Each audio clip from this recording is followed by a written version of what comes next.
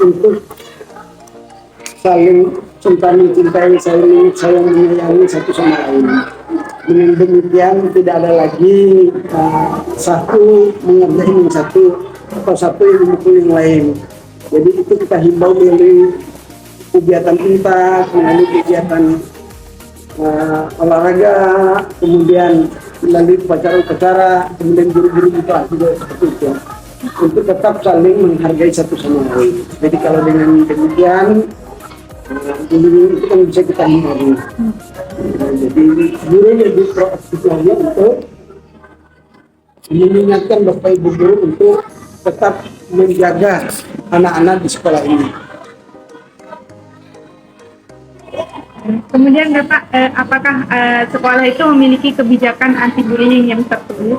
Ya, untuk kebijakan tertulis kita punya SOP sebetulnya, standar operasional pelaksanaan kegiatan belajar mengajar di sekolah. Jadi dengan adanya standar itulah kita guru-guru kita menjadi pedoman di dalam pelaksanaan kegiatan itu sendiri. Jadi di samping sosialisasi, saling mengingatkan, juga secara tertulis kita tuangkan di dalam SOP-nya. SOP sekolah sendiri, bukan khusus bullying, bukan. Khusus SOP sekolah.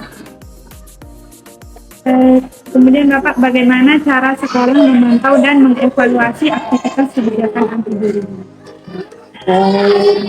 Kebijakan sekolah di dalam mengantisipasi bullying ini sendiri kan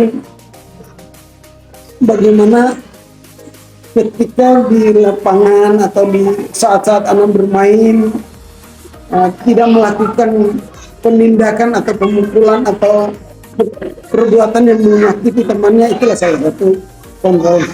Jadi untuk mengantisipasi tetap kita lakukan yang disebut dengan menghimbau, mengingatkan kepada anak-anak untuk tetap saling menyayangi sendiri. Jadi guru-guru terus pantau, makanya di depan ada meja piket itu, di depan kantor itu ada meja piket guru, ada piketnya juga ada di situ. Nah, untuk itu supaya siapa yang datang, siapa yang keluar, siapa anak kita yang keluar masuk, bahkan pintu sebelah selatan itu kita kunci supaya tidak ada lagi yang keluar masuk, untuk menjaga segala kemungkinan yang terjadi di luar daripada halaman sekolah. Kemudian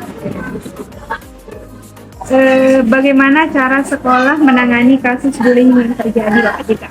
Ketika terjadi bullying terus langsung ditangani oleh guru masing-masing kelas. Kalau itu memang berat, nanti langsung bawa ke sini.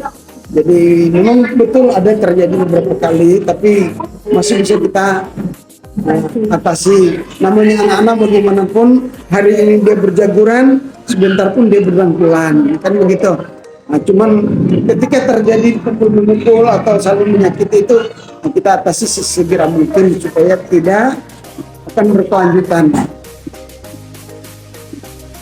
Kemudian Bapak, apakah sekolah memiliki tim atau petugas khusus yang menangani misalkan ada anak yang ada yang tim yang membidangi khusus bullying itu sendiri. Jadi diketuai oleh koordinator yang sendiri sebagai pimpinan, kemudian nanti ada anggota ke bawah guru-guru kelas itu sendiri.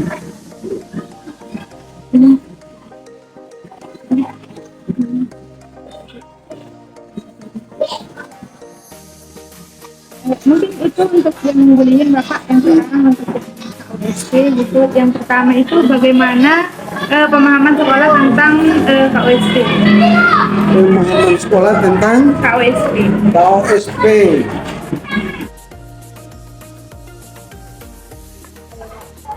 Terkena bully ya.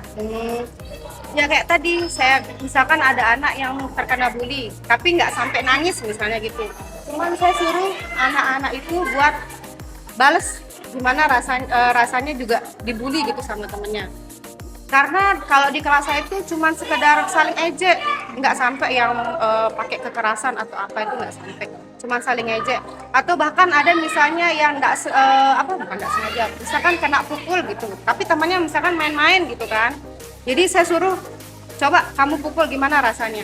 Nah kalau misalkan saya tanya, sakit nggak kalau digituin? Terus dia jawab sakit, berarti nggak usah kayak gituin orang.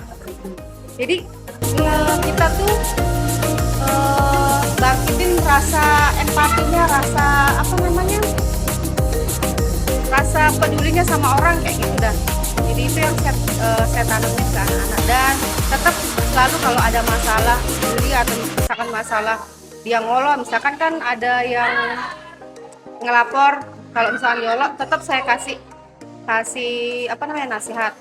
Nggak usah kayak gitu, nggak ada yang mau jadi dia, nggak ada yang mau misalkan kalau ngolok kekurangannya, kan nggak ada yang mau seperti itu. Kalau kalian di posisi itu juga pasti kalian nggak mau, jadi nggak usah ngolok kayak gitu. Nasihatin. Mungkin itu saja yang untuk bullying Ibu. Ini terkait dokumen belajar. Yang terkait dokumen belajar itu pernah nggak Ibu membaca dokumen komunitas belajar atau tahu gitu ya? Komunitas belajar ada. Komunitas belajar kita tuh ada namanya belajar yang lewat online itu ada, kita belajar di situ. Jadi ada orang misalnya buat apa ya, media, kita lihat, kita bisa contoh kayak gitu. Jadi kalau Ibu gabung itu dalam komunitas belajar itu apa saja yang diperoleh? Misalnya kita sharing media, sharing strategi kayak gitu. Jadi ada yang buat media melalui Canva misalnya kayak gitu. Jadi kita bisa saling sharing kayak gitu. Itu yang kita dapetin.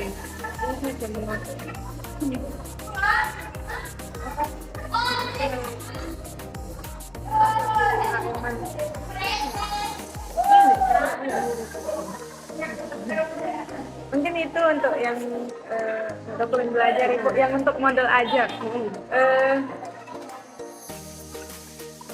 Menurut Ibu apa tujuan utama dari penggunaan modul ajar di sekolah atau di kelas? Kebetulan saya belum kurikulum merdeka, jadi masih K13, masih pakainya RPP.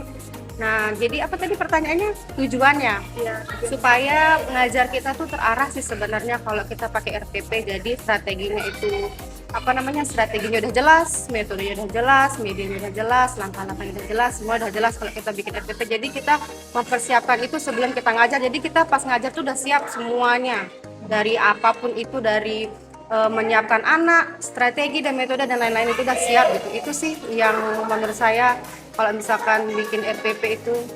Cuman kan RPP itu kan sekali pembelajaran. Jadi kita kadang sebagai guru itu karena banyaknya tugas, terus banyaknya dokumen-dokumen atau apa namanya yang harus kita kerjakan. Jadi kadang kita juga bikinnya itu nggak setiap pembelajaran gitu.